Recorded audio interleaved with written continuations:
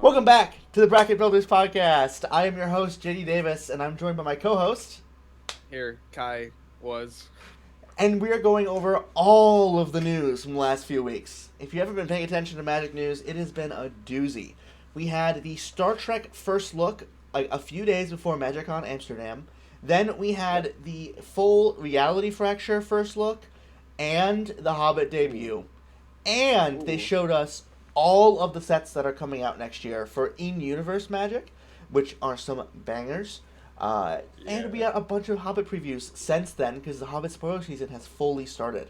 So we got a lot to get into. But first off, Kai, how you been? Been good. Yeah, it's been pretty good over here in JD World. We've been doing a lot of stuff at home. Went on a little vacation. Now I'm working a new third shift. It's been a very fun week. Uh, Yes, my shift.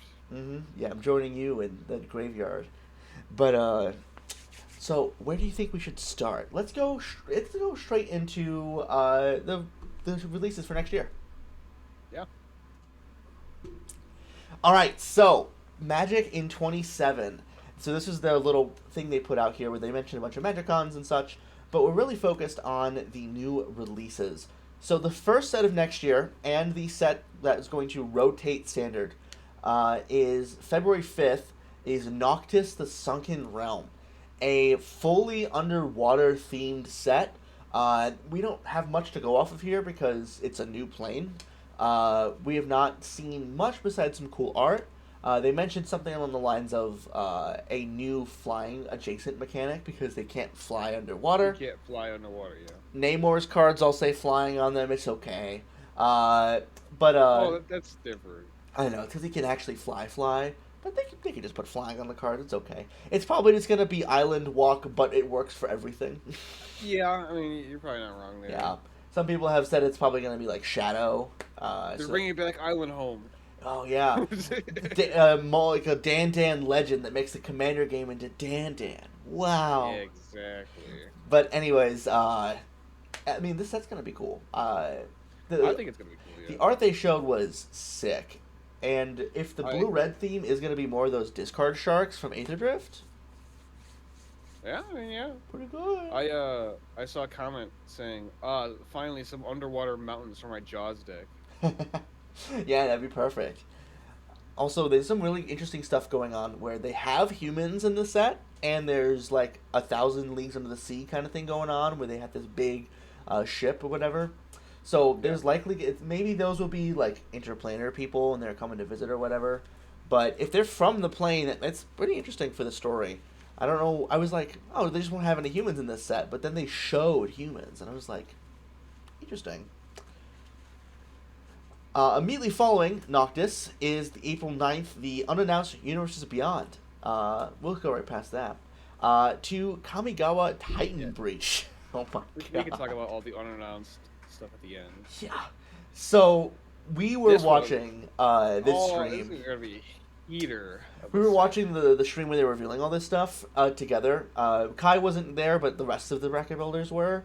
And Jeremy, he saw the giant mechs come on screen, and this man leaned so far forward in his chair, he almost hit the, the ground. yeah, the gamer leaned forward, This is gonna be locked in. such a good set. Are you kidding me?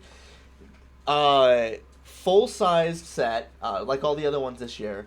It's gonna be all the cool stuff from Kamigawa and all the cool stuff from Ikoria, right? It's Ikoria. Ikoria. Yeah, so we get Yep, all the giant cool creatures, none of the weird human crap. that's what Uh, they're mixing together. and then all Ikoria. the like vehicles and mechs and such. I wonder. I think they're gonna do like a new vehicle subtype, which is mechs, and they're like vehicle equipment. Uh, maybe. I think it's gonna be in between uh, what's it called? Like spaceships and Hmm. vehicles, kind of. Yeah, or it could be a spaceship vehicle hybrid, like Yeah. vehicles that also Because have charged up. something's gonna crew it, but also I feel like you could station it to become its own creature. Yeah, something along those lines would be interesting. But all I know is that's gonna be awesome. The art they showed was unbelievable. The the settings are both really cool Magic planes that we've been hoping to return to. Yeah. All around, just total banger. It's gonna be so cool. Total banger percent. And then you get a Universe Beyond set in August, and then in October we get Zolfir. So for those of you who weren't paying attention to Magic Story, at the end of the last big event set, when Phyrexia was shunted out of the universe, they did like a little switcheroo thing. So they took Zolfir, which is Teferi phased out, which is what's depicted on Teferi's protection, and swapped it with Mirrodin.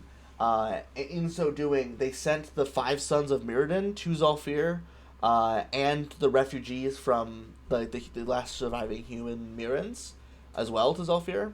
So it was like it was a chunk of Dominaria that has now been mixed in with chunks of Mirrodin, and it is this like very cool. Weird as Yeah, lore wise, because very. it's like 4 different planes shoved together. Yeah, Kind it's Dominaria and Mirrodin mostly kind of merged, and they're taking the place of Mirrodin in the multiverse or whatever. I'm just thinking because like Magic lore, like so many things have happened in the Phyrexian arc. Yeah, You know, so much came in together there, but the art they showed it's gonna be, they do their like what version of fantasy they're doing. They did Anthro fantasy with Bloomburrow, and now they're doing Afro fantasy with Zolfir. And the art they showed was again unbelievable. Magic Art's the best art in the world. So very exciting. I have no idea what they're gonna do mechanically. Besides, I saw some people being like, it's probably gonna have something to do with artifacts for at least one of the factions because of the whole Mirrodin thing. Also, we're probably gonna get another Ren Planeswalker card because they planted her as a seed on Zolfir in the Aftermath story. Oh, I forgot about that. Yeah, I'm hoping we get that playtest card canonized. Did you remember that one? Ren and 1? Ren and 1? Where it's a land Planeswalker? That just, it plus to tap for mana? I can't remember which, yeah. Yeah, I plus, believe you, but... Yeah, it was a weird playtest card that is, it was fairly balanced. It was, because it was a land you could get attacked and killed. That's funny. And its only plus was tapping for mana, and then I think its minus was like give out a tiny counter or something, and then it had a big ultimate, like a big flashy one, but it was like after 5 turns of tapping your land for mana, you get to ultimate it and sacrifice the land. So it was interesting. I hope that design comes back in Zolfir because that'd be cool. We're also definitely getting a new Teferi. They showed new art of him. Oh yeah. And he looks sick. They've aged him up more, so he's even older. So. Very interesting. He's more of a beard. Yep. Yeah, I'm a little surprised at the Magic sets coming out next year in Universe. I guess that means they're gonna wrap up the Jace Echoverse thing like immediately, in one set. Yeah, Reality Fracture. I was really hoping we were gonna see at least one more Echoverse thing because they're doing a lot of stuff. Yeah, the implications. Yeah. We'll see what happens there. And we'll touch a little bit more on Reality Fracture in a moment. But before we move on from Magic in 2027, 2 things I wanted to mention. So first of all, there's all these MagicCons available at the top there. So there's Detroit, Tokyo, Las Vegas, Amsterdam. We, as in me and some of the other bracket builders, are planning on going to the one in Detroit. So if you guys wanted to see us there, we're also going to be, at least I am going to be at MagicCon Atlanta this year. So that will be a fun time. So if you see us and you recognize us, shout us out. But yeah, we're almost certainly most of us, if not all of us, are going to go to Detroit because it's not too far from us. Because we're I would definitely try. Yeah, so it should be nice and fun. And finally, we have these 3 unannounced Universes Beyond stuff. So beyond the Universes Within sets we're getting next year. We have only 3 Universes Beyond. We're back to 6, like they said they would be. But, we can't fully trust what they're going to say anymore. They've come out and said that they're going to be all full-size sets, no tiny little micro sets like Spider-Man and The Hobbit, which is nice. Finally, they're getting rid of that. The whole reason they got rid of blocks was that small sets didn't sell well, and they thought they could bring back small sets. Whatever. And then they confirmed that we're getting 4 Commander decks with every in-universe set next year. So we're gonna have a lot of decks again next year, which is gonna be nice. It was very strange that we didn't get commander decks for the small sets like Spider-Man and now the Hobbit. We got one Yeah, commander deck for TMNT, but that's still surprising. yeah, I'm just surprising that the Ninja Clan wasn't like their own kind of deck. yeah, Oh and well. the Battle of Five Armies is called the Battle of Five Armies. So like I would assume there'd be five commander decks, one for each of the factions, but I guess they decided it wasn't good enough or they didn't have enough design space. So Probably just the design space thing. They yeah, probably felt like they touched this topic already when they did the Middle actual set Earth. itself, yeah. So yeah, but yeah. So All right. then they did mention something about the Universes Beyond, right? Yes, I was gonna say theories of what the universes beyonds could be. Yeah, the earnings call from Hasbro. Chris Cox, the CEO of Hasbro and Wizards, was asked about the Universes Beyond sets coming out next year. And he basically said that there was going to be most of the sets next year are a bit more fantasy adjacent. That was the wording he used, a bit more. He's probably covering himself for the Marvel of it all. And then he Yeah. mentioned that he doesn't think any of the sets will take place in New York City because that's a common criticism they've been getting. So I guess New York City block finally is over with this year. Uh, So okay, well then that definitely narrows down what the Marvel set could be. I But mean, I not was I was really. I guess, but So like, um it's gonna be X-Men, right?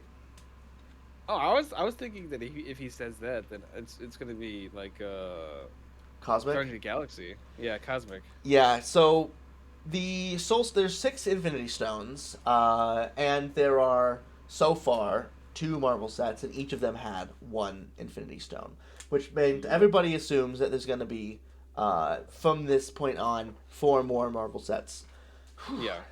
likely one a year for the next 4 years. But there's been a few things that have led us in the direction of thinking it's not the case. Somebody on the Magic Reddit pointed out that in the comics, when they introduced the stones, they introduced the stones in the same order they're releasing them in Magic. So they got Really? yeah, so they showed off the Soul Stone first, then they introduced the Mind Stone, then the remaining four stones were introduced in pairs. Oh, so you think it's gonna be 2 and 2? So it's gonna be. They think it's gonna be Only two two and more two. sets? So only two more Marvel sets with new cards that are specifically like So the stones. okay, so then do you think I think Cosmic would be the one to end it then? Yeah. So maybe we do. So we might do X-Men. Well, here's the thing. So that we have a big hole in Cosmic, right? We don't have any of the Guardians and any of the space stuff. But that isn't as iconic, like Nova, that kind of stuff, is nowhere near as Yeah. iconic as X-Men. So they could likely throw that into a larger release. But Yeah. the really big thing we're missing is X-Men, and we're missing uh, all of the Doctor Strange of it all of the magic. Yep.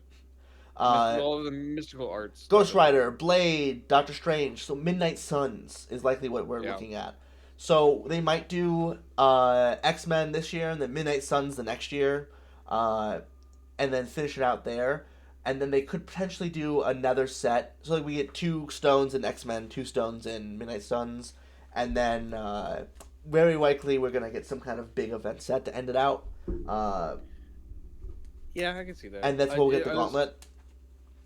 I was gonna say if they don't put the gauntlet in that last, like the cosmic one, then it's gonna be definitely in the next one. They Yeah. have to print the Infinity Gauntlet. Oh, they're going to. There's no way they don't. It's free money. Exactly. But the thing that made me be on the side of no, it's going to be four Marvel sets is how they've been doing headliners. Right? They have the headliner. It's the card of the set. It's the big card you're chasing after. But they've broken precedent. The headliner of TMNT was four cards, and the headliner of Star Trek is seven. There's Yeah, seven the headliners in I Star thought it Trek. was 10. Was it Is 10? it 10? Honestly, I don't know, as I don't care. I don't. I Uh, don't. but it's more than three. One. So they could do two stones and the gauntlet in one release. But I feel like Yeah. if they've been like Rosewater has come out and said, if you have a Marvel character that you like, we're gonna print it on a card. Oh, okay. So there's no way they skip Nova and the Guardians. They could very Yeah. easily just throw them into a Midnight Sunset willy nilly. We randomly got a bunch of other teams in Spider-Man and then in Marvel superheroes especially. Like we got all of the Defenders in the ostensibly the Avengers set, right? So like, Yeah. I don't know. They could do X-Men and Cosmic together. It would just be strange. Heh, Doctor Strange. Ha ha ha. But yeah. So likely we're gonna get one Marvel set next year. And if I had to make an educated guess, it's probably gonna be the August set. It's probably gonna be the big summer set, right? It's yeah. It's got to be a Somerset, or it's got to coincide with some Marvel release for next year. Yeah. And we have two other slots for Universe Beyond, and they said they are a bit more fantasy adjacent. Uh, with a MagicCon happening in Tokyo, a lot of people are speculating that it's going to be something to do with Tokyo, like this is going to be some Japanese property. I think they're just Funny. wrong. Okay. It still could be anything, but it's funny that you say that because I was thinking maybe they, instead of doing that secret layer for Monster Hunter, maybe they can actually put that in a whole set. Dude, a full I Monster Hunter set would be so good. I think they could do that. Yeah, They there's have enough plenty. games, they have enough monsters to do so. Yeah, I mean, there's still enough in Final Fantasy they can make another whole Final Fantasy set, right? Monster Hunter is Yeah. a gigantic series as well. They could do Yep. another. They could absolutely do a full Monster Hunter set.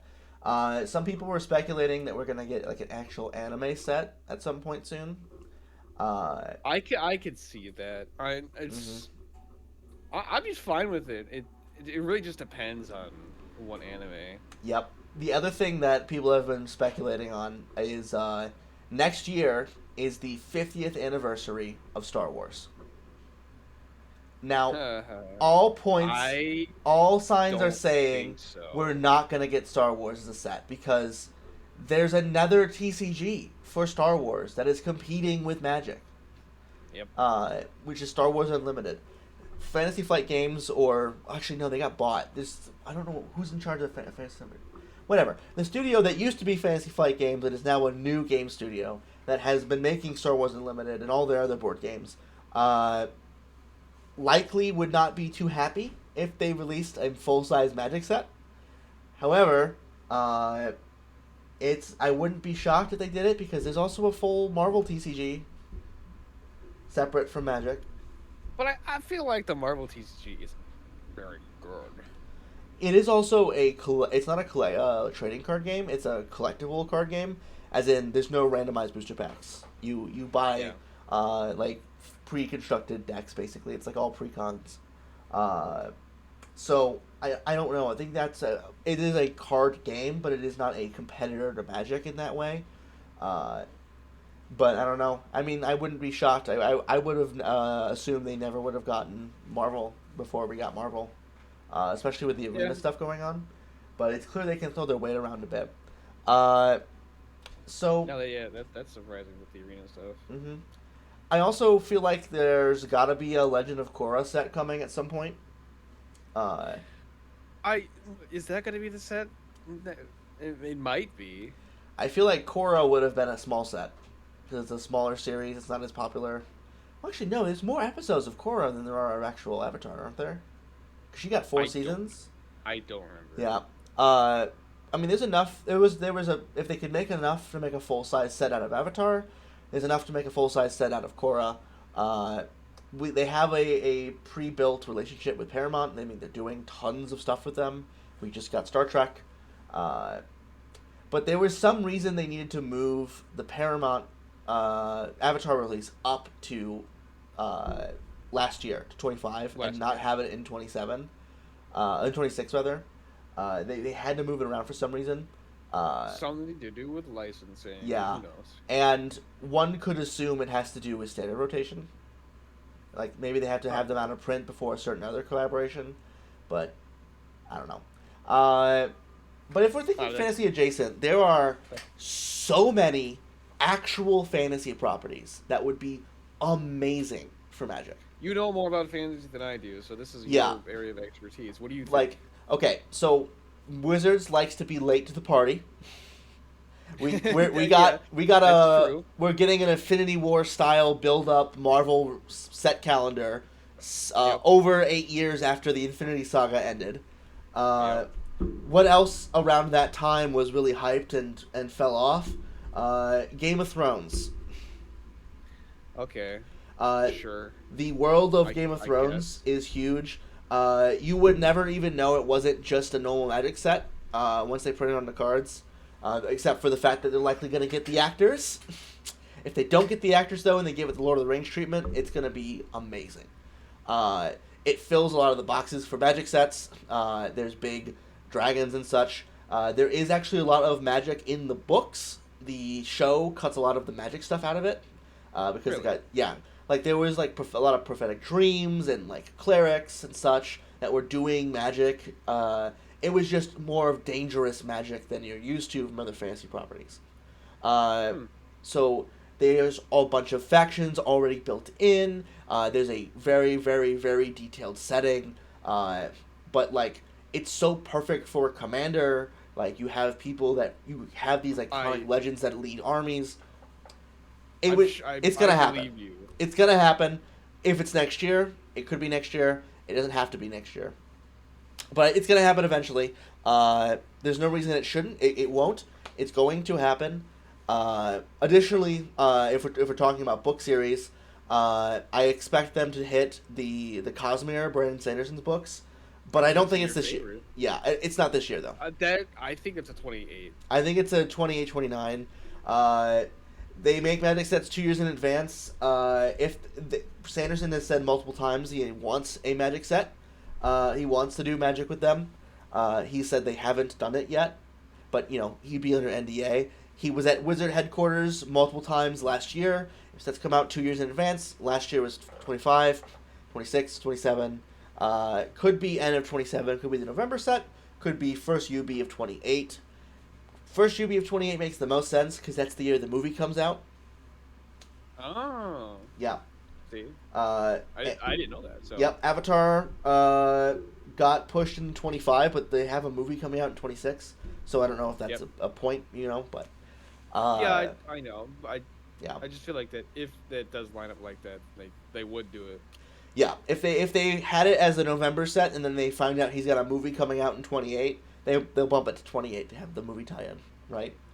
Uh, if he gets just one set or if he gets a multiple, his universe is built, I feel like, almost intentionally to fit multiple Magic settings because he writes his stories like how Magic writes stories, where Magic has their planes, their worlds, and then there's all the stories that happen on the world.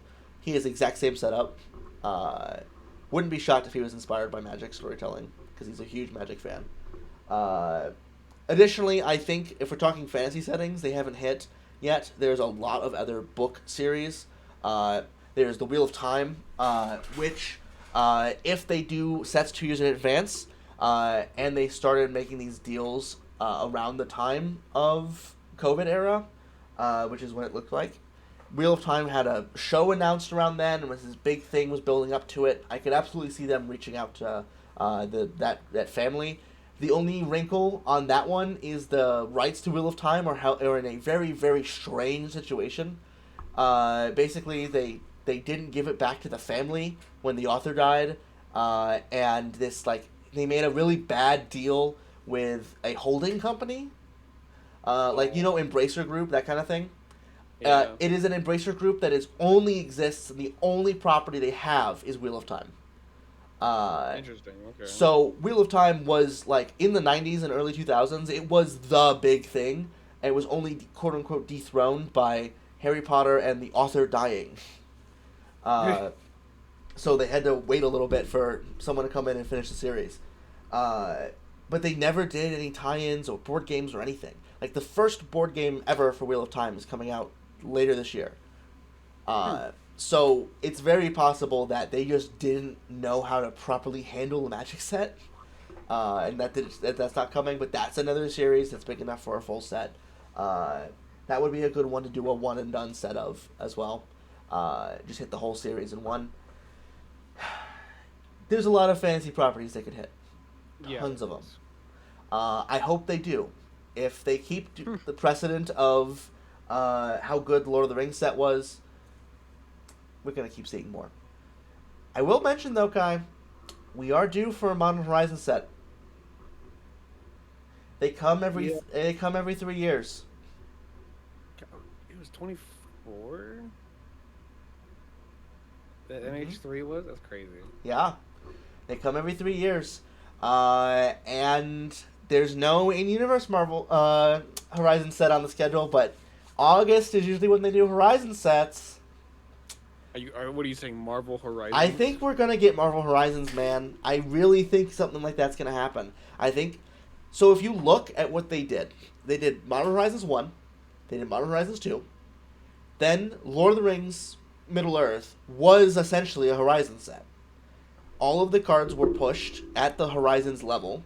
Nothing was full archetype creating like MH2 and 3 were, but Yeah. but look at a modern deck list, man. There's like 12 Lord of the Rings cards in every deck still.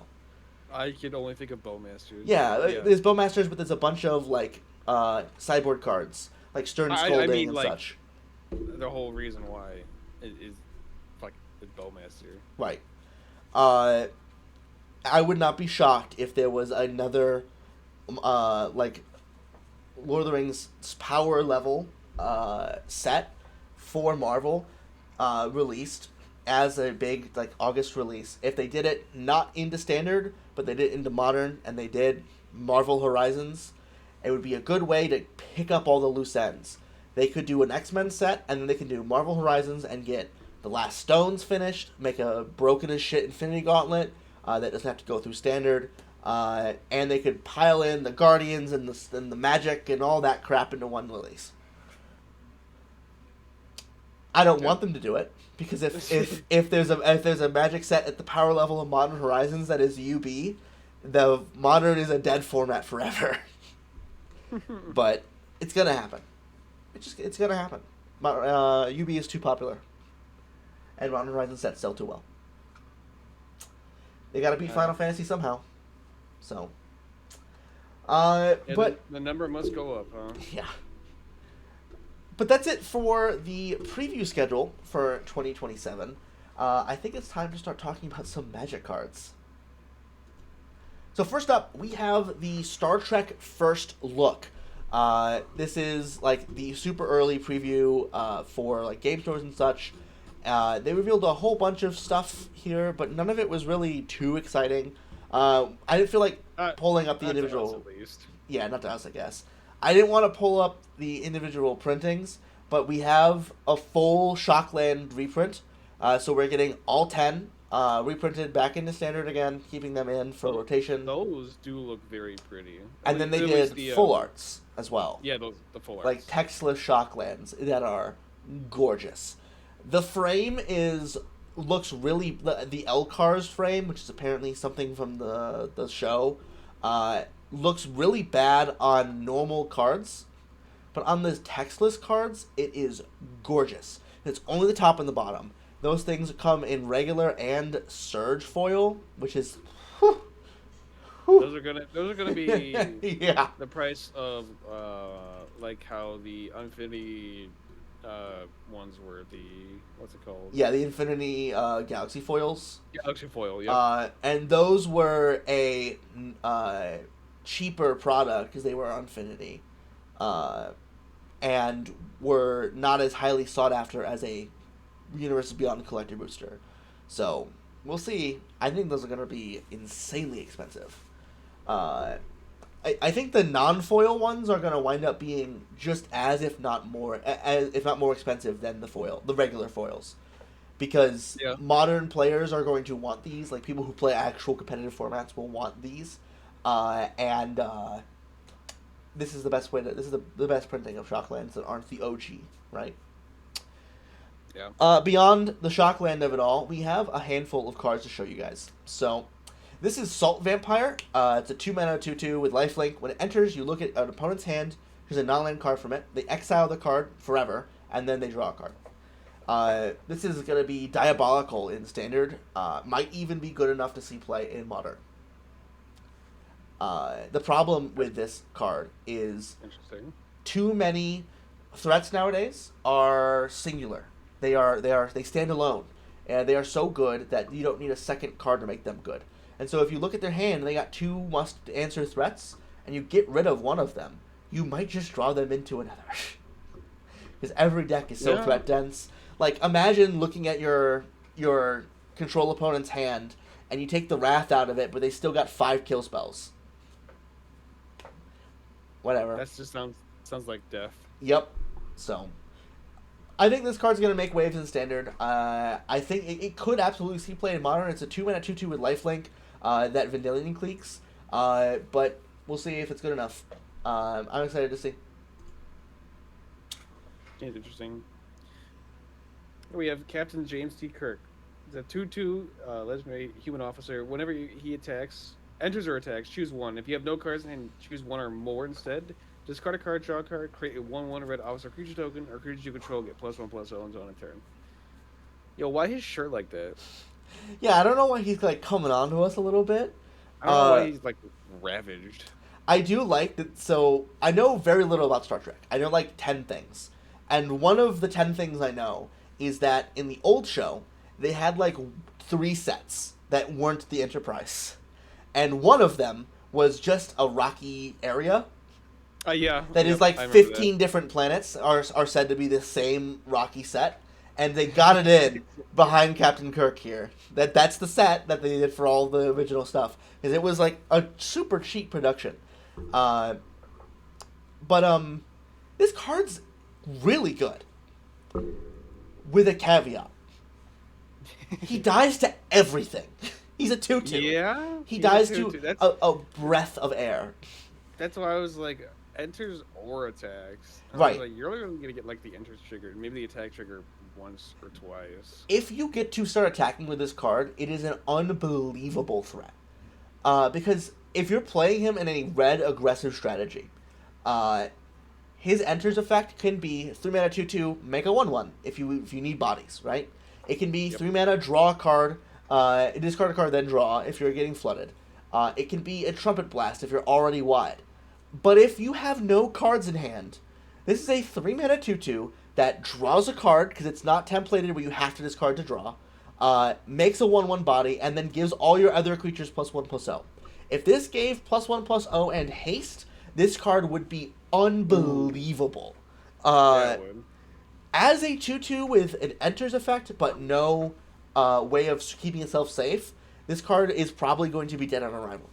We have too much good removal that kills this thing for this to be good enough. But if somehow we enter a standard where our removal is less 1 mana deal 2 and 1 mana bounce, and more 2 mana kill a creature, right? If we slow down the format in that way, this card is going to be a mainstay of the format, because these effects are all super, super good. But it's just a little bit too fragile. Just a little bit. But if you ever get to play it in a deck where you have no cards in hand consistently, it is disgusting. Seems to be, yeah. This is one of the ones that has the signature. Yeah, both that one and this one. So this is Captain Catherine Janeway. 4 mana for a 2/3 human officer. You may play an additional land on each of your turns, and whenever she or another creature you control enters, that creature explores.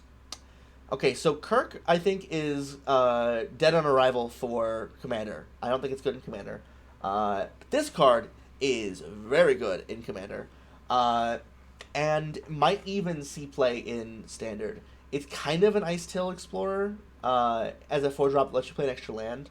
It doesn't hit the land graveyard, but she is templated in such a way where she does not care about token or non-token on the Explorer trigger. So you can make, like, if you make like 15 tokens or something, like if you have a Scoot Swarm in play, and then you play her and then play your extra land, and you make like 5 bodies on your early Scoot Swarms, she explores 5 times. Like, think about the green landfall decks and how wide they go. Like Avenger of Zendikar style stuff. You Avenger Zendikar, then play a land and she's in play, you're going to explore like 15 times. That is a lot of card advantage for a 4-drop. If you are playing a go wide creature deck. but a lot of the landfall strategies in Commander are go wide creature decks. So this one's one to look out for. I think she's a genuinely good card.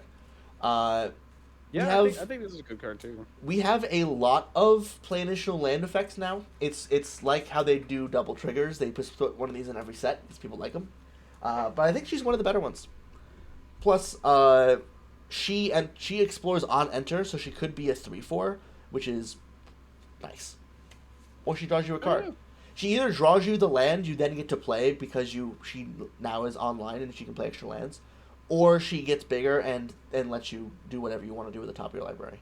Either way is a great effect. So, I think this is gonna see play in standard, especially if we still have Cub legal around this time. We'll talk more about Cub later. There's a card I think is gonna finally get Cub banned coming in Reality Fracture. Really? Okay. Uh-huh. But this one is good. Here we I actually really like this card too. Here we have 7 of 9. 2 blue black for legendary artifact creatures, human scientists. Whenever you face a dilemma, draw a card. It's a 2/4. A dilemma is as you choose one or more modes for a spell or ability.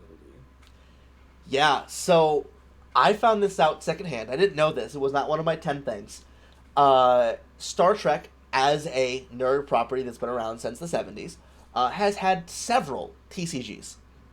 Yeah. One of the most popular and successful ones from the early 2000s, one of its main mechanics was called Dilemmas.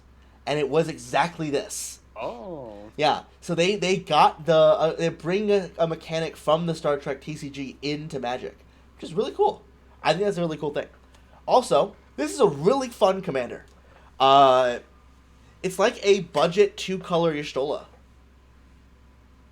Okay. Yeah. Sure. Uh, I like the design of this one. Mm-hmm. I hope to see more of the dilemma cards. Yeah. But I mean, a 4-drop commander that is essentially a draw engine for spells that are interesting, like charms or whatever. I think this is a really cool commander. Like very, very rarely do the uncommon commanders like speak to me, but this one, it's blue-black control. I mean, come on, I'm gonna want to play it. But, It's time to build a whole deck of dilemmas. mm-hmm. Okay, so here we have Crystalline Entity, an 8 colorless mana, thank God, for a 7/7 artifact creature with elemental with flying. When it enters, if you cast it, destroy all non-artifact creatures. This was likely a 7 mana card in playtesting, and they went, "Oh, this is too good with Tron. We're gonna make it 8 mana." But Probably. the part that makes me excited about this card is, as we've said many, many times, every single strategy in Commander has multiple one-sided wraths they get to play now. This is yet another for the artifact decks, which brings them up to, I think, 3 or 4, I believe. Because there's the Saga, then there's 2 actual Wrath cards, and then this is the 4th. Sounds about right. I can't remember. Yeah, I'm pretty sure this is the 4th. The other thing, though, about this that's worth mentioning is it is, besides being a colorless Wrath, which we don't get often, it is another one of these creatures that are templated like Bringer of the Last Gift, where it is an enters effect, but you have to have casted it. So this works in Standard with Superior Spider-Man, which gives that deck a Wrath it can play from the Spider-Man board, which is very interesting. The closest they had before was -2/-2 to the whole table, and that is not enough with the current sizing of the decks in Standard. This is just a straight up Wrath, though, in Standard. So if you can get this in the bin and then play it Spider-Man on 4, it does kill your Spider-Man. Oh, no, it doesn't. It gets copied. So it doesn't kill the Spider-Man, so you keep your 4/4. So, I mean, I'd play a 4-mana 4/4 that kills all other creatures. That's really good. So this is going to revitalize the Spider-Man deck. Not unless there's an artifact creature deck roaming around by that time. You're right, and there very well might be if the Borg is good. It's true. And finally for Star Trek, We have USS Enterprise D Galaxy class. 3 mana for a legendary spacecraft. Whenever one or more charge counters are put on the USS, for the first time each turn, exile a top card of your library. You can play that card this turn at station. You only station it as a sorcery. 7+ counters. It becomes a 4/5 with flying and vigilance. yeah. Okay, so they do spacecrafts in two ways. There is the spacecraft that you want to just stick around, and becoming a creature is a way to make it more susceptible to removal. And then there's the spacecrafts where your goal is to make it a creature as fast as possible. This is This one one of is the first ones. yeah, the first one. This becomes the 4 mana, the 3 mana 4/5 flying vigilance, but you have to put 7 power into it. You're not playing it for the fact that it becomes a 4/5. You're playing it I for mean, that static. that 7 power, I don't think even be that hard either. No, station is a lot easier than people think it is. But it is. But the card draw on this is just really good. Yeah, a 3 mana colorless card draw engine is very strong. Very reminiscent of Reckoner Bankbuster if you played Kamigawa Standard. I did not, but yes, I know that card had a lot of text on it. Yeah, but as a commander card, I think this is genuinely very good. If you are playing an artifact deck, you have a creature that can station this. It's your commander, but it doesn't. They don't care about how much like charge counter power you put into the station. As long as one person gets in the boat, you get a card, and it's essentially a colorless Phyrexian Arena. Yeah. This is quite a good one, and it also works with all your Cast from Exile stuff. So, I think it's a good card. Or put this in a proliferate deck and try to do it every turn. Yes. Yeah, if you're playing a Proliferate, it's really good. It doesn't work well with Atraxia because it's only this turn, and she's an end step Right. trigger. But for everyone else, if you're playing a Proliferate deck, this is very good. Only once each. This turn. Yep, and it is only once each turn. It's not like you could tap it for each creature. There's a Right. lot of guardrails on it, and I think that's because it's you know how good it would be otherwise. Right. But yeah, I think this is gonna do a lot of work in Commander. They came out and mentioned that there's a uncommon Enterprise, there's a rare Enterprise, and there's a mythic Enterprise in the main set. So this is the rare. The mythic is definitely going to be something about with attacking. Yeah, the mythic Enterprise is probably gonna have Federation. Actually, I expect it to be the 5-color commander for the set. It's probably gonna. 5-color station. It's probably gonna be like Guidelight Station, but it's gonna have a colorless casting cost, and it's gonna have 5 colors somewhere in the text box, and it's gonna say Federation. It's gonna have Federation, whatever. That's one of the mechanics. Federation. We didn't show the one card they showed because it's bad, but it's basically it cares about not being typal for each creature type among creatures you control. But they do the exclude one thing, and they exclude the Borg, which is a creature type. So they can get around changelings, not breaking it. It's gonna be like Kenrith. I'm thinking. Yeah, it could also be a Kenrith vehicle. So, or spacecraft rather. Like so. kind of how Super Scroll was that. Yep. I mean, there's a million things they could do. All I know is the Enterprise is their most iconic vehicle, and that is one of the 10 things. So. Yeah. All right, so beyond Star Trek, we are boldly going where everyone else wants to be. Reality Fracture. Wow. Oh, man. Wow. This set looks so hype. I know I shouldn't do it, but I really want to buy a box. I mean, And I'm not talking normal box. you mean collectors, yeah? Yeah, I do mean collectors. Yeah. Okay, so Reality Fracture has a lot of cool stuff going on. It is the culmination of the arc we've been in. It's really like 4 sets. Like 4 sets have contributed directly to the story, but none of the actual cards themselves have pushed much in the direction of this narrative. But it's the thing that Jace has been working on since Phyrexia. And they're doing a very cool thing in this release called Echo Pairs. Since they did the introduction of how it works, they've clarified. So there's essentially a bonus sheet of main set cards in every booster pack. You get 3 cards off of the Echo Paired sheet. Yes, you get 3 cards off of the Echo Pair sheet. 2 of them are an echoed pair themselves, and the third is either the one before it or the one after the pair in the sheet. Is how they made it work. Because they couldn't make it work where you get 2 and only 2, but they can make it work if you did 3. And still have them be randomized boosters. So you can open if you open one Chandra, you get both Chandras. If you open one Johnny, you get both the Johnnies. But then whatever is before it on that specific like sheet, if you know how they cut magic cards, Yep, uh, yep. but if you get so you'll know. Oh, I opened the Ajani's, so before it and after it are these two possible hits that come with it. Is how that sheet works, which is very interesting. Interesting. Yeah, they Now, mentioned is they that for all boosters, like play and? it is play and collector boosters. There are guaranteed echo Okay, pairs in that that's collectors. that's also another reason why I was like, collector boosters, Yeah, because I mean, they're not probably won't be the same treatment if that, but like you could get like double. What's the? you can get double planeswalkers.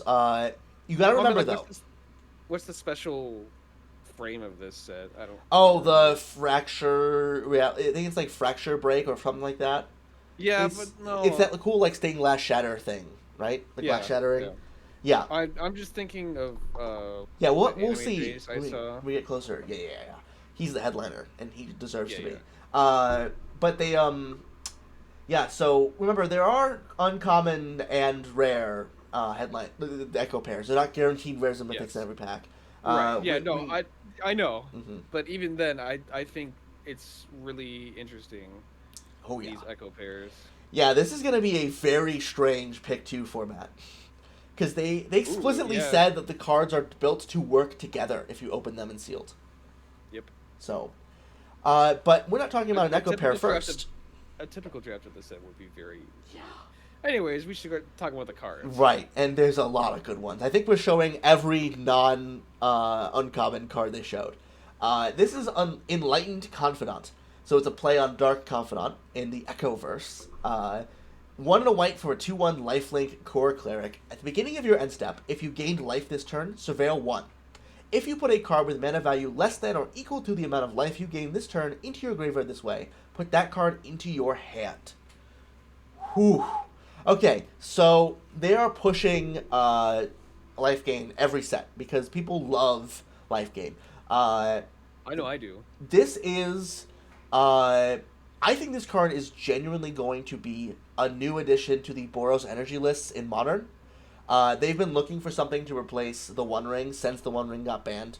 All the lists are still arguing about like Ranger Captain of Eos or Fable of Mirror Breaker or Legend of Roku as their like card advantage engine card. Uh, this feels more like it's a replacement for Amped Raptor, to be honest with you. Like at the 2-drop slot that is Yeah. works with all your other cards. But either way, I think this is absolutely going to see play in Boros Energy because like the mana curve ends at 2. Uh, there's maybe there used to be a 3-drop with Flage. Some lists are playing some 3-drops as well still. But if you have almost all 1s and 2s in your lists and they are powerful 1s and 2s, and you're playing a Soul Sister, this is phenomenal in 1v1. But in Commander, this is obviously a life gain staple. It's a 2-mana draw engine. Oh yeah. Yeah, it's a 2-mana Phyrexian Arena that also can set up graveyard shenanigans if you have some kind of reanimator strategy. Very good. Here we have Lutherius, Jace Bellerin, 2 blue. Jace. He's a three mana, 3 loyalty planeswalker. At the beginning of each opponent's upkeep, draw. No. At the beginning of each opponent's draw step, you draw a card. Bless 1. Create a 1/1 blue illusion creature token. -2. For each opponent, return up to 1 target artifact or creature that player controls to its owner's hand. -6. Draw 3 cards, then put X +1/+1 counters on each creature you control, where X is the number of cards in your hand. So when I first read this card, 1, as in I just right there, I didn't realize it was opponent's draw step. 2, I didn't realize they put it on each creature you control for the -6. Yeah. Okay, so Planeswalkers and Commander have to do a lot to break through.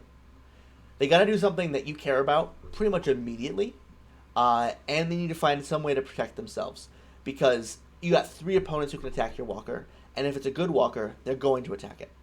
Even if Yeah, it's a bad walker, they're going to attack it. To be honest with you, it's true. because they feel less bad about When attacking your permanent than attacking a when player. when stuff is free to attack, it's free to attack. Yep. This card is unbelievably good. Uh, so it's a 4-drop planeswalker, so it's a cheaper it's on the cheaper end. Not the cheapest. We got a new cheapest. Uh, with a very good passive. If this card did nothing else, if it was a 4-mana enchantment that said at the beginning of each opponent's draw step you draw a card, this card would be played in Commander heavily. Uh, Oh yeah. it's 4 mana, draw 3 minimum. If it can survive one turn rotation, and it's more forever. Then it pluses. That's crazy. It pluses to make a token. Uh, Usually the token creation is a minus. So it goes from up to 4 by plussing it and making it 1/1, which can of course block anything without trample, right? So it does a good job protecting itself with a +1. But then the -2 also protects it because it is a Planeswalker bounce. You know, all the Jace Planeswalkers have come with a Planeswalker bounce. Some of the Teferis have as well. But this one is scaled for Commander for the first time. So instead of just getting one thing for your Planeswalker and then someone else attacks and kills it, you get something for everybody. And it's artifact or creature, so you're almost certainly going to have a target. Someone's got a mana rock, someone's got a creature, they likely have both. You pick the thing that's going to kill Jace faster and get rid of it. And he survives the minus to then draw you the cards, which is bonkers. And then the ultimate is only after 3 turns. It's a quick ultimate. And it draws you 3 additional cards and then buffs the whole team. It's an overrun. It takes you 3 turns to do this. So if you play it on 4, it's ultimating on turn 7. If it survived that full turn rotation, that's 3 turns of being alive, it has already drawn you 3, 6, 9 cards from itself. And then draws you 3 additional. So you've drawn 12 cards from this one permanent, if it gets to ultimate. Obviously, ultimate is pie in the sky, right? But it does a really good job of protecting itself, though. Typically, everybody's got like a flyer that will get through and kill your walker, and this minus gets rid of all of them. And then it draws you cards to help you find other pieces to keep him alive. Phenomenal card. As far as 1v1's concerned, this is also an amazing card. A cheap Planeswalker that protects itself very well and draws you an extra card every turn is good enough on its own. It's very good. It's almost like the Wandering Emperor, except it doesn't really have flash. I mean, they're not comparable. I'm just thinking it's closer to Teferi. We played the 4-mana Teferi who like looks at the sunset from one of the Innistrad sets. Yeah. And that one was pretty good, and that was a 4-drop. There was also that 5-drop Brothers War Teferi that was decent in the format. This feels more like a Teferi Planeswalker, but it's oh man, it's good. Also, another point to mention, not only is it drawing you the cards to make the ultimate better, it's also making the bodies to put the counters on. If you have no other creatures, when you ultimate him, you'll have 3 1/1 element illusions to then put all those counters on. So, like, crazy. Yeah, just a phenomenal card. This is a really good card, Oh, man. I hate this card. Bloodline Recollector is a 2-mana 2/2 Vampire Warlock. At the beginning of each end step, if 3 or more creatures died this turn, this creature becomes prepared. And its prepared spell is 1 black mana for an instant. Target player draws 3 cards and loses 3 life.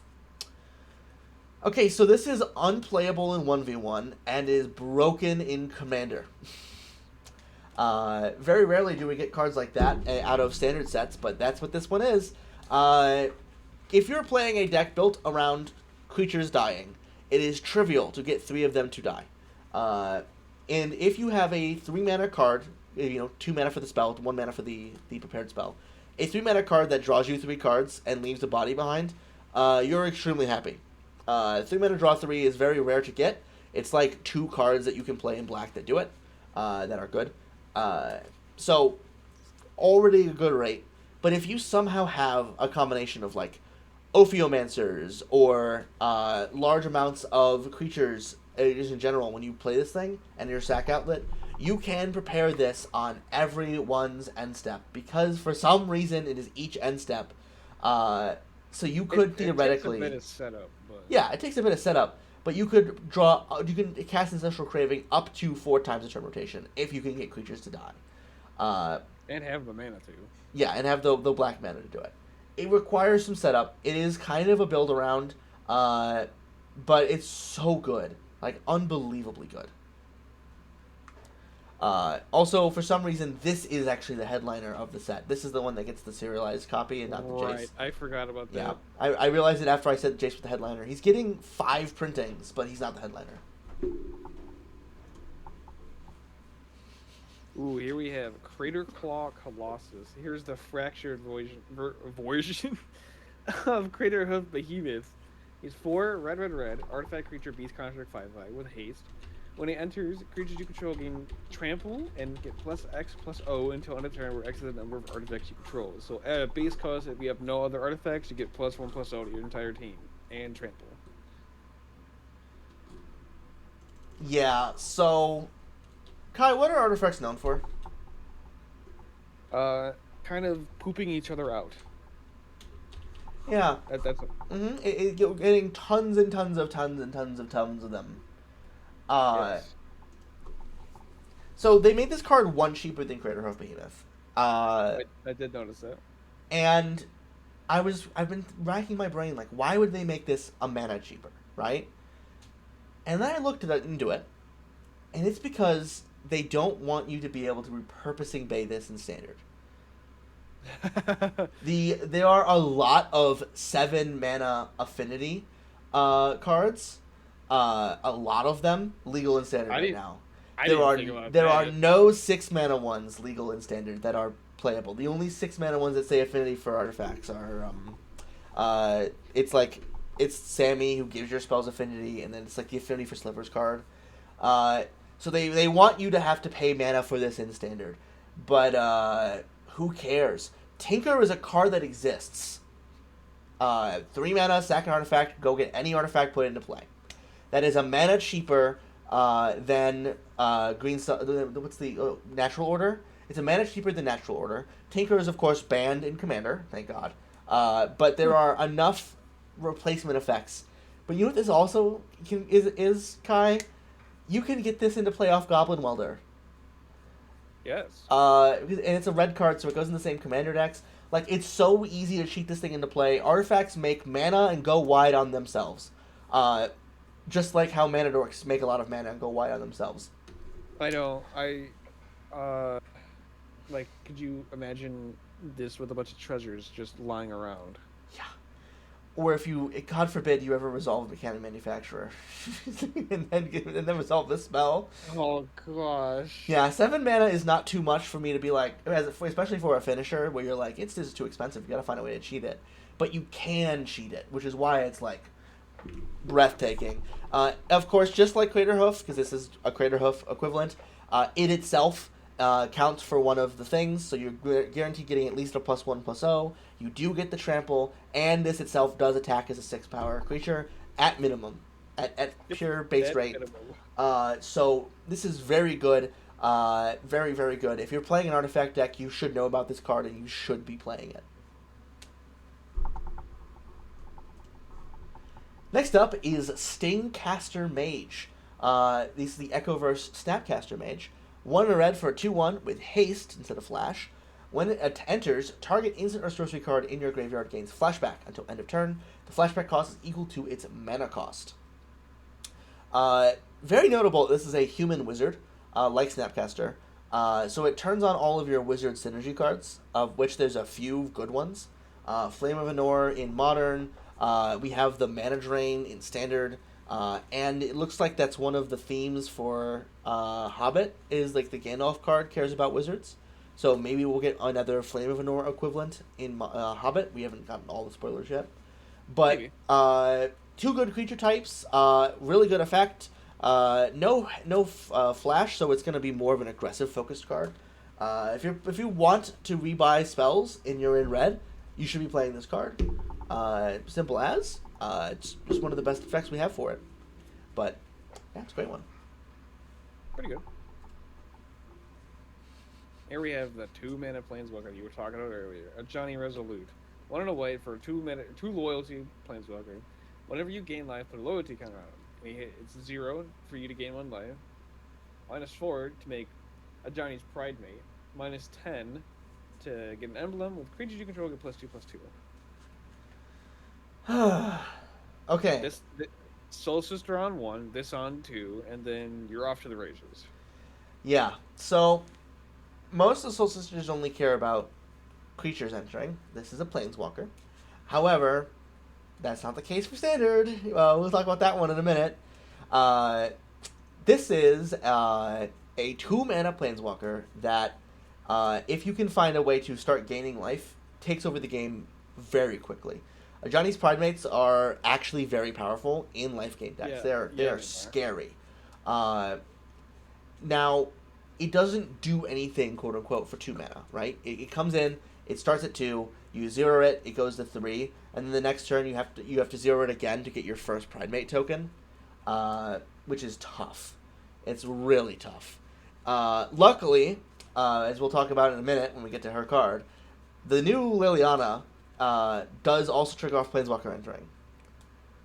Uh, Yes. so so if you have her in the same deck as him, she will get him to 3 at the start, and then he can get bigger from there. But God forbid you play this card in Commander. If you're in a format where you have the proper Soul Sisters, the ones that trigger off everybody's creatures, oh my God, this is gonna have like 300 loyalty. You're gonna be able Yeah. to emblem this thing every single turn cycle, because if you have 2 of them in play, every creature gives this thing 2 loyalty. You need 5 creatures to enter, and you're playing a life gain deck built around creatures that are cheap and you get lots of them in at once. Yeah, no, this card is Commander life gain staple forever. Might break through in standard, probably not, but might break through. And despite being a card for Soul Sisters and Energy being kind of a Soul Sisters deck, it's not an Energy card. It's a different, better 2 mana Johnny for Modern. So, and I get to talk about the Echo Pair, a Johnny Unrelenting, 6 mana mono red planeswalker with 5 loyalty. Whenever you activate a loyalty ability, create a 2/2 wizard soldier token named Cadet. +1, creatures you control get +1/+0 and gain haste until end of turn. -2, discard your hand and draw a card for each creature you control. And -3, deal 4 damage to each creature except for tokens you control. So you have to remember, every single mode in this Planeswalker comes with a 2/2. So this is a 6-drop Planeswalker that pluses to make a 3/2 with haste. Uh, on its own, with nothing else. That's good enough. That's good enough for standard. We everyone wants their sideboard planeswalker that is a way to just wallop their control lists, and this is the new best one in standard. Uh, because it not only does it let you plus and make a body that then comes in immediately to attack, then the -2 lets you pitch your hand and draw cards. So if you have like 3 or 4 creatures, you can draw a ton of cards off this. You're playing this in a deck that's going to play lots of creatures. It's very good. And then the minus is a Wrath that leaves you with a 2/2 body and the Planeswalker at 2 loyalty. uh, I mean, what else is there to say? It's a great card. If you play it in Super Friends, you make a lot of 2/2s. Oh yeah. Yeah. So, open this in the same draft as the other Johnny and have a 2 mana Planeswalker that you can then play to make more 2/2s, which then will trigger your Soul Wardens. Wow. Pretty good. Alright, Kai, here's the one we talked about earlier. Yes, he is Liliana the Faultless. 1 white mana for a 1/1 legendary creature, human cleric. Whenever another creature or planeswalker you control enters, you gain 1 life. You pay 1, tap, discard a card. Another target creature you control or planeswalker you control gains hexproof throughout a turn. That's for good. Yeah, so Soul Wardens are very good. This is the one that only works on your side of the field, but it works with Planeswalkers too, so that way it will make the Ajani better in the standard deck is going to go into. Life Gain in standard is finally going to be a real deck, I think. But as a commander, this means you don't have to play Aunt May as your 1 mana Soul Sister anymore in the command zone. You get to play Liliana now, which is great. The pitch a card to give hexproof is a little tough. It's a mana and a card to get a Mother of Runes impression, not even the full shebang. But that doesn't matter because it's all Soul Warden. You're playing this as a Soul Warden, and so getting anything extra is gravy. Uh, and so there's going to be games where you are like, yeah, I have this crappy Soul Warden. You don't want to spend your removal on it because it's a crappy little Soul Warden. But if you try and remove anything else, I will stop you from doing it. So it's good. It's really good. I mean, not much to say. 1 mana Soul Wardens are good. Play it in the command zone. 1-drop commanders are insane. Yeah. And now here's the Echo pair, the real Liliana. Liliana the Repentant. 2 mana, 1 and a black for a 2/2. Whenever another creature or planeswalker you control enters, mill 2 cards. And then there's this flavor text. It says exhaust, 5 and a black, return target creature or planeswalker card from your graveyard to the battlefield, put a counter on Liliana. She is a phenomenal card. The exhaust stuff, as I said, is flavor text. It's like the other card. It doesn't need to be here. You're playing Liliana for that first ability, milling 2 cards on a creature entering. Because that is very, very good.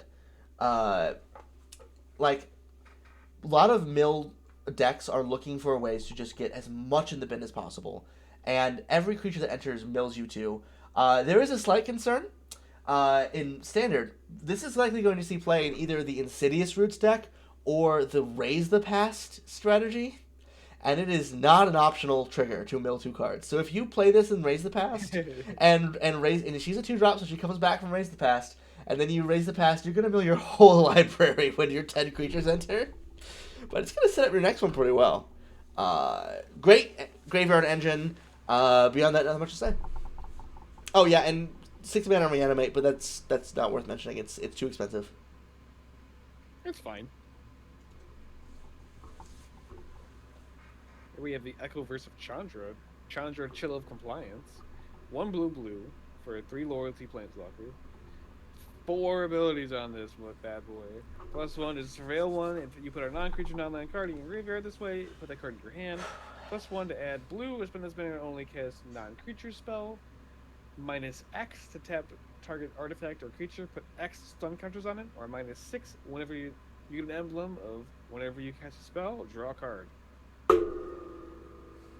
Okay, there's a lot of text here, and planeswalkers are very complicated because there's so much texture they add to a game because of all the different ways their abilities interact with one another, and this one is no exception. They're making sure that the Izzet League never leaves Standard Dominance, is what I will say. Because a 3-drop planeswalker that draws a card every turn as a plus is bonkers. And this triggers all your prowess stuff, and it works with non-creature spells specifically, and it does everything you want to do in a Izzet prowess style list besides making bodies to kill your opponent with. The +1 is very good. It's Surveil 1, which is already card advantage, whether it's card selection, and then if it's a non-creature, non-land, it's card advantage, which is great on a plus on a planeswalker. Alternatively, you can get the same amount of loyalty to just add a mana. So if you play her on 3 and then plus and then cantrip, that's already phenomenal. She's effectively free at that point. The -X is templated as a -X, and the tap does not care about removing loyalty. So you can just -0 her to tap an artifact or creature if you need to get it out of the way. Which can turn off, like, I don't know, Ensnaring Bridge gets turned off, I believe, if you tap it. It turns off Trinisphere. It also gets their blocker out of the way so you can kill them with an attack. And if you need it gone for a while, you can -exit to actually properly protect her. And then her -6 is just as fast to get to as Jace, but she comes out a turn earlier. And the emblem is obviously phenomenal. Cast a spell, draw a card. So... a lot of good textures here. This is going to see play in Standard, likely in the Izzet Lex. All I can say is that this set so far has seemed to be a control player's dream. Yeah, Planeswalkers are very good in control decks, and we've gotten 2 so far that are phenomenal, both in the same color of blue, and there's another one coming up. Garruk the Veiled Butcher. Man. 3 black for a 5 loyalty planeswalker. If a creature your opponent controls would die, exile it instead. +2, up to 7 loyalty. 1 creature gets -4, -1 until your next turn. -2, each player sacks a creature of their choice. If you sacrifice a creature this way, create a 4/4 with trample, and then a -3. Each opponent discards 2 cards. For each opponent who did not discard 2 non-lands this way, you draw a card. Okay, so the passive doesn't work with any of his other abilities, which is strange. They don't normally do that. I guess you could exile their thing by +2ing. He'd be too powerful. Yeah. This is a 5 loyalty planeswalker that +2s to protect itself and goes up to 7 loyalty, so you're not killing this thing if they plus it. Ever. And then you can -2 it, and each player sacks the thing. You can do that twice before you have to start plussing it again. And if you had a thing to sacrifice, you can have 4/4. So it protects itself in 2 different ways, with the minus being a double protection, giving you a body and taking creatures off the table, which is phenomenal. Yeah, it's pretty good. And then the -3 is not very good in 1v1. It's not an ultimate, right? They discard 2 cards. I mean, that's fine. You're not happy paying 5 mana for that.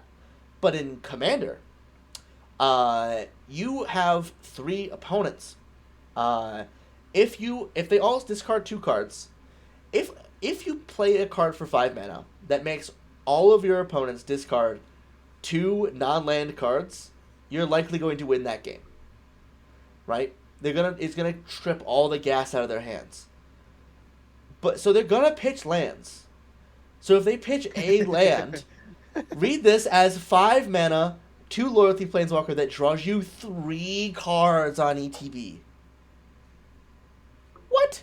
It also just coincidentally says go screw yourself if you're playing a sacrifice creature deck. You don't get any death triggers. Sorry. Look, the rest of its abilities are okay in Commander, but that -3 is good enough on its own. If I play this and I get to draw 5 mana, draw 3 cards that leaves a planeswalker behind, and they all lose 2 cards, and then they just go and attack and kill it, I'm happy. I'm happy. I got my value. So this is definitely a Commander playable one. Is it a super stable? No. Is it good? Yes. But speaking of multiple format super staples, I have Garruk Cursebreaker. He's also 5 mana, 3 green. Whenever a creature you control with power 4 or greater enters, draw a card. It's 5 loyalty start. +2, untap up to 2 target lands. -3, you make a 4/4 green beach token with trample. And then -4, until your next turn, whenever 1 or more creatures attack one of your opponents, those creatures get +2/+2 and gain trample until end of turn. So, until your next turn, those creatures still have that buff, right? it's not just yours. It's if anyone attacking any of your opponents. If we're in a 4-pod, and it's me, you, Jeremy, Silva, and I -4 my Garruk, and I attack Silva, all my creatures get +2/+2, and then on Jeremy's turn, if he attacks you, all his creatures get +2/+2. Yeah. Okay. So remember how I said planeswalkers are complicated and all the abilities kind of interweave? Well, this no, one, they don't get the +2/+2 if they attack you. correct. Yes, the creatures that are attacking your opponents get +2/+2. It doesn't matter which of your opponents though. Okay, so this card is going to be like $70. This is the best. This is the best planeswalker in Commander, I think. Period. I don't count the partner one because it's got partner. That's why it's good. It's not good because it's a planeswalker. Dihada is pretty good. So like Garruk maybe has some competition as a Commander, right? But I mean in the 99. For the 99, this is the best planeswalker in Commander. For casual bracket 3 where we play. I guess it's not like CEDH playable, but bleh. Oh my god, what a card. Okay, so creature entering with power 4 or greater draws you a card. You play that card already, don't you, Kai? Yeah, Garruk's Uprising. Yeah, a lot of people play that card. It's a really good effect to have in your green creature decks, right? Yeah. Now, tell me, Kai, what's that +2 do? It refunds 2 mana. So then this effectively costs the same as Garruk's Uprising. Could be more mana if you have lands that tap for more than 1. I don't know. Is there a notable deck right now in Standard that can make your lands tap for additional mana, Kai? I don't know. Badger Mole Cub, Kai. You Badger Mole ramp this thing out, and all three of the modes are good in the Badger Mole decks. You +2 and you make 4 mana if you just have one cub. Yeah. Maybe you could make 3 if you have a 1 animated land and 1 normal land to untap. But you're gonna make 4 mana. Minimum. If you have 2 cubs, this is a ritual. In Commander, you're playing untapped land effects. I mean, it refunds minimum 2 mana, which is already good. It leaves you with a 7 Loyalty Planeswalker with a passive you want to play. Then it's -3, leaves it at 2 Loyalty, makes a 4/4 with Trample, and draws you a card. Because the passive is effect and it's a 4/4. So you get a card from minusing this. And then its ultimate is... It happens the moment you play this thing, and it survives. You don't kill it to ultimate it. It's a 5 mana overrun with a +2/+2 and trample, which is the rate you pay for +2/+2 and trample. But it doesn't just work for you. If for some reason there's an arch enemy, your whole team gets to go, get that guy right now. Like, yeah. Every ability on this card is pushed. Every ability on this card is strong. And the mana value is cheap enough that it is going to see play in Standard. This is going to get Badger Mole Cub banned. This is going to take I didn't realize that's what you meant earlier, but yeah, no, I see it. Yeah, if they haven't banned Cub by the time Reality Fracture comes out, they're going to ban it after this releases, because it's going to be tier 0 for a while there. This is insane. This is insane. Well, we'll just have to see. Yeah. So that is all for our Reality Fracture debut. Beyond what the cards that we just talked about, they showed us a little bit of like the product line coming. We have a Jace Commander deck, but they didn't show us anything about it. They're keeping a lot of things close to the chest because they want the story to really have a big impact. They did kind of mess up a little bit and revealed that loot likely dies through a card they revealed. But beyond that, the set looks insane. I think Rally Fracture is going to be an all-timer. I do too. Yeah. But that's it for the first looks. We are in a real spoiler season now because The Hobbit comes out in 3 weeks, I think. August something. I think it's first week in August. I think it's 2 weeks, right? Because this Friday is pre-release. So pre-release is the 31st of July. Is it? Yep. The pre-release is the 31st of July. So it comes out next week. We are right in the middle of spoiler season, I believe. I think it's that soon, right? Or is it later? Either way. Either way. I thought it was August 14th, but... I think you're right. I think it is August 14th. I think the pre-release is the 7th. So we have 2 weeks of spoilers. They did it this way because of Gen Con. They wanted to be able to show off some stuff at Gen Con. But we have a fair amount of cards. We're going to blast right through them, and then we can end the day today. The Eagles Are Coming is a 2-mana instant with a kicker for 4. So it's either 2 or 6. You pick up a creature you own, and then you make a 4/4 for each creature you picked up at the next upkeep. It's a good card. As an instant, it's very interesting. It's very similar to all of the other creatures that pick up a thing that we have in Standard. It is an instant, but it means you don't get to rebuy this itself, which is something you could do with some of the other ones. I think this will see some Standard play if they can bring back the Pixie lists, but Commander, I think it's a fine card for your Flyers decks. I got no idea. Yeah. I don't know how to feel about this one. I know how to feel about this one. All right, Kai, go ahead. People are calling this heuristic buddy.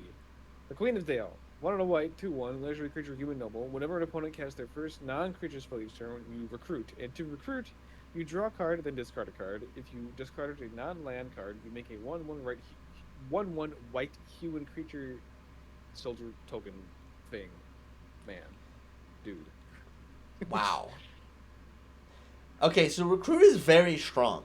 Connive that gives you a separate body, if you do the connive thing, is phenomenal. Going wide is generally stronger than going tall. This is... I'm going to say something controversial here. It is of my opinion that this card is better than Esper Sentinel. by leaps and bounds. Really? Yes. Sentinel is a 1 mana card. This is a 2 mana card. That is a big difference. Sentinel is an option. They get to choose not give you the card. But if they're going to pay the one when it's once, right? They're both first non-creature each turn, right? Sentinel, they get a choice to pay 1 extra mana to deny you the card. This, you get the card guaranteed. You do have to pitch a card after, but that's fine. It's not as much card advantage, but it is better selection, and I think that's a better card overall.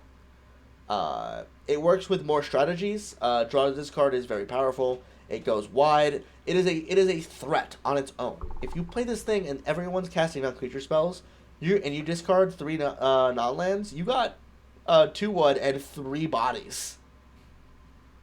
It definitely seems pretty good. Yeah. In any deck, really. Yeah, the higher the power level is, the better this gets. If someone plays a mana rock and then there's a counterspell war on something, you're gonna see 4 cards. You're gonna see tons of cards from this thing. If you're in higher power commander where there's lots of cheap mana rocks and free interaction running around, this is going to dig through your deck. So it's good. I like it.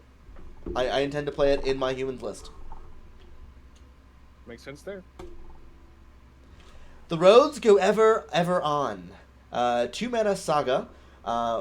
First step, search your library for up to 2 basic playing cards, exile them, then shuffle, you gain 2 life.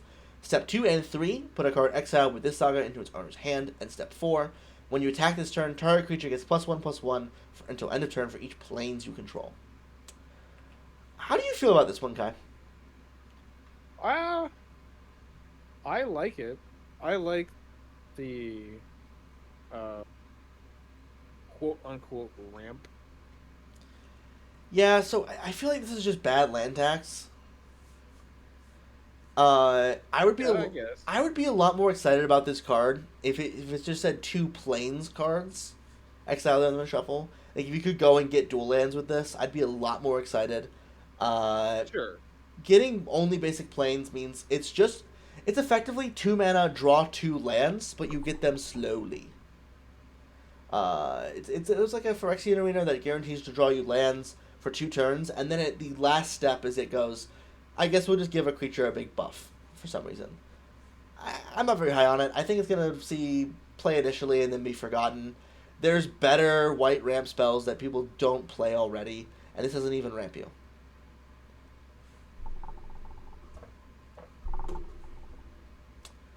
Bilbo, Thief in the Night, is 2 mana for a 2/2, halfling rogue. Spells you cast from anywhere other than your hand cost 1 less to cast. When he attacks, you may cast an artifact, instant, or sorcery spell from your graveyard. If an instant or sorcery spell cast this way, will be put into your graveyard and exile it instead.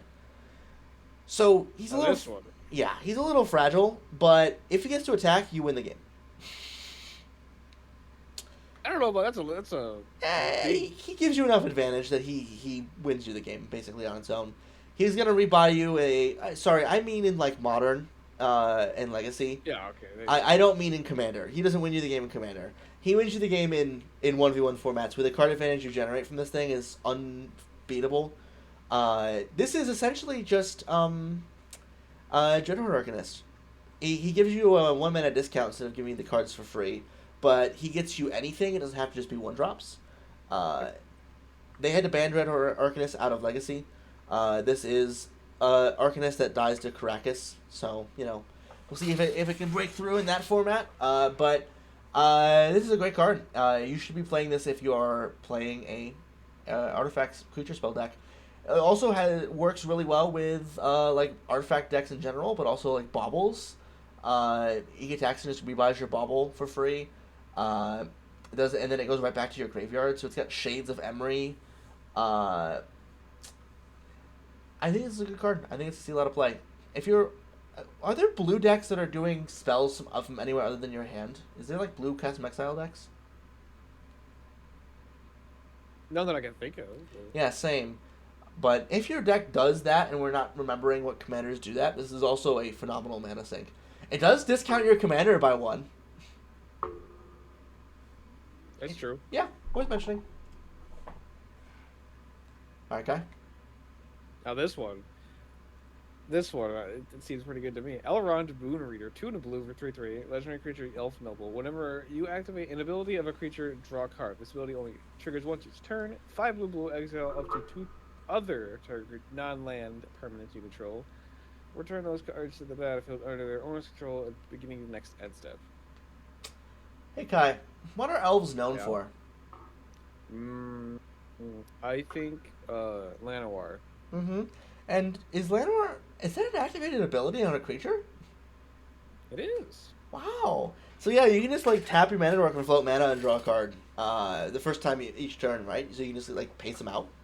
And this isn't a 1v1 card, but wow, it is a good commander card. There are so many ways to make this into guaranteed a card every turn. It's not. It's like if you remember the Jace we talked about, we like that one because it gave you one card every turn. This does the same thing, but for 3 mana with a bit of setup. Yeah. Yeah, and it's gonna be very good in the commander we're gonna be talking about here coming up here. Yeah, Thranduil. Yep. Okay, so I wanted to mention this one real quick. It's an uncommon. Elven Raft Steerer is a 3 mana 3/2 elf pilot with landfall. Choose one, tap a creature an opponent controls, or untap a creature you control. This is another Retreat from Coral Helm style effect, but this time it's on a creature body and it's an elf. So that's worth mentioning. That card goes infinite with so many things, and this does all those same infinites. So, redundancy for your infinite combo makes it better in Commander. This is more redundancy, and making it a creature makes it easier to find than an enchantment. Okay, they haven't revealed this card in English yet, so let me just explain what this one is. It is a 3 mana vehicle. It's a 4/4. It crews for 2, and it just says, whenever you attack, comma, recruit. So whenever you attack, draw then this card, and if you pitch it on land card, you you get a 1/1. That's pretty good. If this could trigger 3 times, like once for each opponent, it would be unbelievably good. But as just a 3 mana card that lets you loot every turn, and make a body, that's great. Recruits are a very strong mechanic. Yeah, it is. Mm-hmm. So, cool vehicle, good card. We have Riddles in the Dark. 2 and a blue for an instant. Look at the top 4 cards of your library and separate them into a face down pile and a face up pile. An opponent chooses one of those piles, put that pile into your hand and the other into your graveyard. It's really funny. I started building a deck that is, I want you to choose for me, where it's just every Factor Fiction. effect like this. Yeah, Factor Fiction. Almost every Factor Fiction, you know, everything that could be in the color identity that I wanted it to be, but this card's gas. What you think so? Yeah. It's the cheapest version we have, right? Or one of the cheaper versions we have. Yeah, 3 mana. So the most direct comparison is Sauron's Ransom, which is another 3 mana Factor Fiction. Which is one blue black. It has Ring Tempts You on it. This does not have that, thank God. And so this is a 3 mana instant that. So Factor Fictions are all complicated cards because there's a little minigame involved. So you gotta really analyze the minigame to understand how good the Factor Fiction variant is. You look at the top 4 and you separate them into a face down and a face up pile. And then your opponent gives you one of the 2 piles and the other one goes to your graveyard. Those are the best configuration of things while still being a Factor Fiction. There's going to be Commander games where you play this, and this is a 3 mana draw 3. There's going to be Commander games where you can convince someone to give you 4 cards. There's going to be games where you... Or if you want something in the graveyard, you try to hide the fact that you don't, you really want the other pile or something like that. Yeah. I mean, if you want something in your graveyard, you put 4 cards in the face down pile and go, want to let me draw 4 cards? And they go, no. And now your card's in the graveyard. That's true, yeah. Yeah. As far as 1v1's concerned, I think this is actually might be good enough to see play in our control decks because they don't look at the cards, you do. It means that you get to play with it a little bit. It's very skill testing what you make your opponents choose. There is an ungodly amount of good blue card advantage cards for control decks already in Standard. So it may not break through just because of the amount of stock up and consult the star charts and all the other stuff they have going on there. It may just be too many cards like that, but this will see play in Standard before its time in Standard is done. I guarantee it. This card's great. Yeah, very good card. Alright, so this is the Master of Lake Town. Have you seen this one, Kai? Yeah, people really like this one. Yeah, so this is a 3-mana mono black commander. It's a 3/2 with Death Touch. It's a Mind Crank. In the command zone, yes. And then whenever he dies, you draw a card for each graveyard with 7 or more cards in it. Mind Crank goes infinite with like a ham sandwich. Now they put it on the commander? Apparently so. Yeah. Also, he draws you cards if you can get him to die. So, like, you can do all the tricks you do with your Kakusho deck, where you sack it and, like, bring it right back to play with all those, like, not dead after all effects. This seems even better, though, because it's 3 mana. Yeah, it's 3 mana, and it actively gets you in the direction of milling the whole table out with Mind Crank. It also is good in a graveyard deck because it is a player, so you can mill yourself to fill up your own graveyard. If you're playing Mind Crank and you're in black, here's your second Mind Crank. That's also just a decent body. I'm really sad this says a player.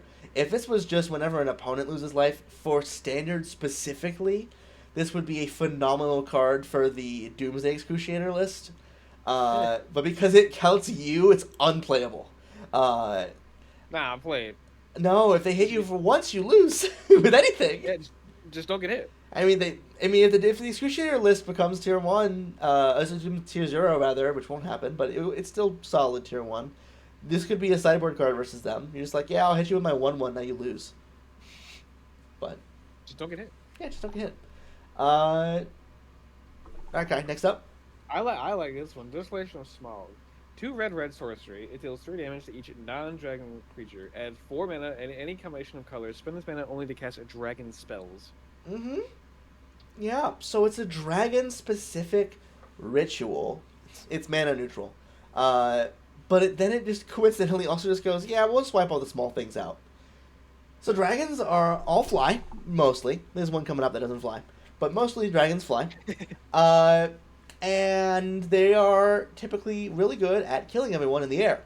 And if you're not playing a dragon deck, usually the way you survive is you play a bunch of dinky little 1/1 bird tokens or whatever. This clears the skies, and also the ground, but mostly the skies, for your dragons to get in on the non-dragon decks in Commander. And also color fixes you? Yeah. If you like, okay, I have mostly red and green dragons, so most of my lands are red or green, but you happen to draw, like, your Esper dragon, and you're like, alright, well, I guess I'll pay for and get the white, blue, and black to color fix me. This is a good card. This is a very good card. Yeah, and especially since dragons are, higher mana, one of the main weaknesses, as you said, are the little dinky boys that people can deploy in the early turns when you don't have that many dragons out. Mm-hmm. So this could definitely help in wiping and trying to get the parity reset to where you have the biggest boy and can attack freely. Yep. If you have a dragon deck, play this card. Phenomenal. Dragon players, there you go. Gandalf, Goblin's Bane, mono red Gandalf. So we're gonna start with the sorcery adventure side first. Flame Shape. Why are we doing this again? 1 red for a sorcery adventure. Look at the top 2 cards of your library. Exile them face down. For as long as you control them, you may play them as long as you control a wizard. So they don't know what cards you draw. So this is effectively drawing you 2 cards. But you can only play them if you control a wizard. If you mentioned what I said about Snapcaster the Stingcaster rather, this is probably for that same deck. But now let's read what Gandalf's text box is. It's going to be very familiar to a lot of you people with PTSD. When you cast a non-creature spell, he gets +1/+1 till end of turn and deals 1 damage to each opponent. He is a more balanced Vivi. Why are we doing this again? He doesn't make mana, thank God, but he himself is a draw spell to trigger all your prowess stuff, and then he comes down and is a Vivi, right? He does the ping, he gets bigger. This card's really good. I mean, What do I have to say? I mean, it doesn't die to everything. It's got 3 toughness, so it doesn't die to shocks. It's got prowess, but better. So it kills your opponents quickly. It is itself a card advantage engine. I mean, it's good. Play it. Play it in your standard decks. If you're playing a commander deck that casts spells, play this one too. It's good. Why are we doing this again? You have Last Light of Durin's Day. 1 in a red. Enchantment. Whenever a mountain you control enters, put a quick counter on this enchantment. If it has 6 or more plus counters on it, sacrifice it. If you do, search your hand and or library for a dragon card, put it in, and put it onto the battlefield. If you search your library this way, shuffle. It has mountain cycling for 2. I don't know why this is mountain cycling, but that's a lot. Okay, so I think this is good.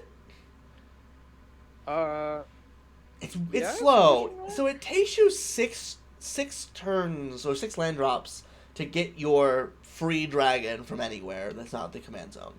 But like, it doesn't do anything else. So it comes down on 2 and doesn't do anything. Sacrifices itself. Yeah, it sacrifices itself, which is fine. You get your free dragon. Right. I thought this was a little bit too safe. I want to talk about it because it is kind of free to include. It's got mountain cycling for 2. So you either just play this on turn 2 or you treat this as 2 mana, draw a mountain. So I don't know. I mean, it's interesting. If you're playing a Gruul Dragons list and you have lots of ways of putting extra lands into play, then this gets a lot better. If you're playing 5-color dragons, you can and you have all the ramp. Ways to put extra. Yeah. Play, but... If you're putting mostly mono red ramps with artifacts, though, if you're ramping like land ramp in a deck that this is in, this gets a lot better. If you can like play an extra land every turn, this goes from 6 turns to 3, and suddenly you're winning with some giant dragon that probably costs 15 mana or something. So I don't know. Jeremy's gonna play this in every one of his decks, but he shouldn't. But I think it's fun. The Misty Mountains Cold. 2 in red for a saga. It's got 4 steps that are all the same. Make a treasure. Then if you control 4 or more treasures, sack this saga and make a 6/6 with flying. So, is this good? I mean, 3 mana, you can make a treasure every turn if you don't have, 4 treasures? Yeah. So, like, if they want you to bank up your treasures, and then in 4 turns you get a 6/6. So it really wants you to have a lot of treasures in play, and then drop this, right? And just have a 3 mana 6/6 flyer that gives you a mana.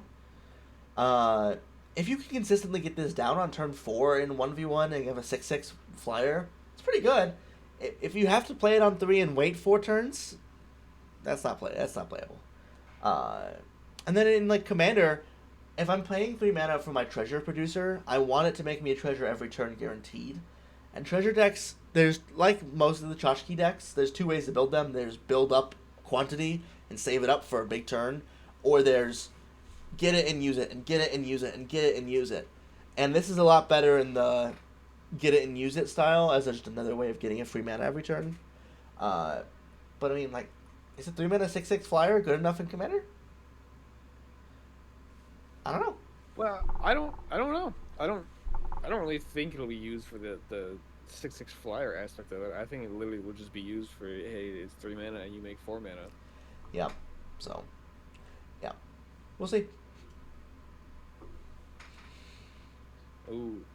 We have Smaug the Magnificent. 2 red for a 4/3 legendary creature dragon with flying and haste. Whenever he attacks, he deals damage equal to the number of treasures you control at any target. At the beginning of your upkeep, make a treasure token. Speaking of making a treasure every turn. Bro. Okay, so we currently have a deck in Standard built around red and white dragon cards. And it is very easy. And that deck already has ways to make treasures. Sarkon from... That deck is still kicking around? Yeah, it's good. It's good. It beats Cub in the rock, paper, scissors of the format. So Boros Dragons is actually still a legit deck. None of its key pieces rotate. They keep all of it through rotation. And this is a 4 mana creature that works with Momo the same way. It works with Sarkhan the same way. Uh, and it's good. It's a great card. 4 mana 4/3 flying haste that then removes something on attack is quite good. Yeah. Almost It's every also dragon really good. deck is treasures. Really, really good in Commander too. Yeah. Very Dragon good. decks want a ramp. This is just a ramp that's also a dragon. Yep, treasure decks want their cards to give them more than one treasure. Uh, this does that and also removes things. It also very clearly designed to make you want to hoard your treasures, which is perfect. I like that a lot. Yeah. So very cool. Thorin the Mountain King. This was revealed a long time ago, but everyone missed it because it was in the middle of everything else. 3 in a red for a 3/4 trample. When he enters, attach any number of equipment you control to target creature you control. When one or more equipment become attached to that creature this way, that creature deals damage equal to its power up to one target creature. So Jeremy's going to play this in all of his decks. It's our local Timmy. That's worth mentioning. But, guys, this is ridiculous. How many equipment equipped for free cards do we need? Yes. Uh, But paying that equip cost is now way too slow. Yeah. It needs to be free. This card is huge, though. It is a 3/4 with trample that then free equips everything onto it. Like, it just sucks everything up. It can go on itself, or it can go on someone else. If you're playing a Voltron deck, Thorin can drop down and give all the equipment to all your Voltron commander. Just how do you find slots in equipment decks anymore? Ask Jeremy. Right, I think the answer is you just forget to play some of the cards. Or you have Bjorn the Fierce. 3 green green. Legendary creature, bear, shapeshifter, warrior. He's a 6/6 with trample. Other bears you control get +2/+2. At the beginning of combat on your turn, put a trample counter on up to one target creature you control. It becomes a bear in addition to its other types. And then, if you control 3 or more bears, draw 2 cards. Nice. Wow. Cool bear card. Players rejoice. Yep, cool bear card. If you have one extra bear besides Bjorn, you draw a card from him making something else into a bear if you're playing it in a generic green deck. 5 mana 6/6 trample that makes another thing be get +2/+2 and trample is also like kind of just fine. Not good enough for standard. Too many good green cards we want to ramp into with Cub. Better one coming out next month. Fine. You play this with Kudo. Yeah, if you play a bear deck, obviously you play him. Hey guys, sorry for the spoilers on The Hobbit. This is a part in Friendship. It's Thorin's Death. 5 mana green enchantment. When a non-token creature you control dies, reveal cards on the top of your library to reveal a creature card. If its mana value is less than or equal to the number of lands you control, put it into play. Otherwise, put it into your hand. Put the rest in the bottom of your library in a random order, only once each turn.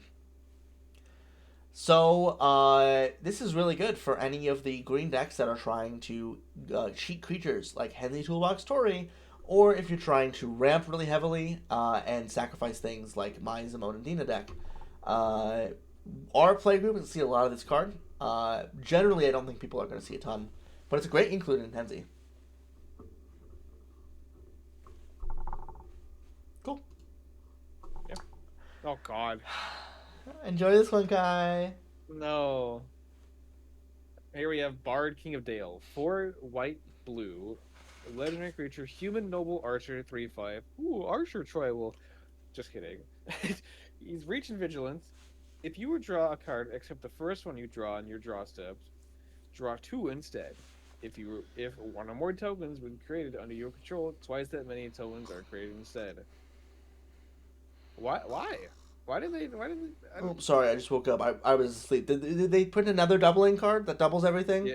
Yeah, they did. If you do a thing, you do it again. You do a thing, you do it again. I'm tired of complaining about it at this point. I'm just gonna stop making a big deal of it. They do it every set now. We get 3 or 4 in every set. This card's great. It's really good. It is really good. It's a phenomenal card. Yes, it is 6 mana. So, but something you gotta remember about drawing cards, this is saying draw twice as many cards. This is just how you have to template it. If the game tells you to draw 3 cards, the game, you draw each of those cards individually and apply replacement effects to each of those card draws individually. Yep. So the way this is templated, if the game says draw 3 cards, you draw 6. Uh, that's how that works. It's not like Riddler where it's one extra card. If you draw a bunch at once, uh, it draws you 2 cards. It doubles all your draws guaranteed. Blue white is so like green. The mono green one, like this, which is of course doubling season, is 5 mana, right, for doubling season. Yes. Yeah. So this is 1 more mana than doubling season, but you get a 3/5 reach vigilance, and it doubles all the things that blue and white together want to do. Obviously unbelievable with recruit. If you have him in play with his wife, the 2-drop from earlier, disgusting. But this is a great card. If you if your deck wants both of these effects, do not play this card if you only want one. If you're only making tokens or you're only drawing cards, don't play it. There's plenty of effects that do either of these things for your deck, but if it does both, slam dunk. Yep. Oh yeah, and just one more thing to note before we move on. Most of the cards that say if you draw a card, you draw an extra one, are templated so that way they do not work with your draw step. This works with your draw step, so he guarantees you an extra card every turn on his own. What do you mean? It says. I just missed it. Sorry. You know what? Too many cards. Yeah, you were asleep. That's why. Yeah, I slept. Desert Wereworm. 4 red for a dragon worm. 0/5. This creature gets +2/+0 for each mountain you control. Whenever you attack with creatures with total power 12 or greater for the first time each turn, untap all attacking creatures. After this phase, there's an additional combat phase.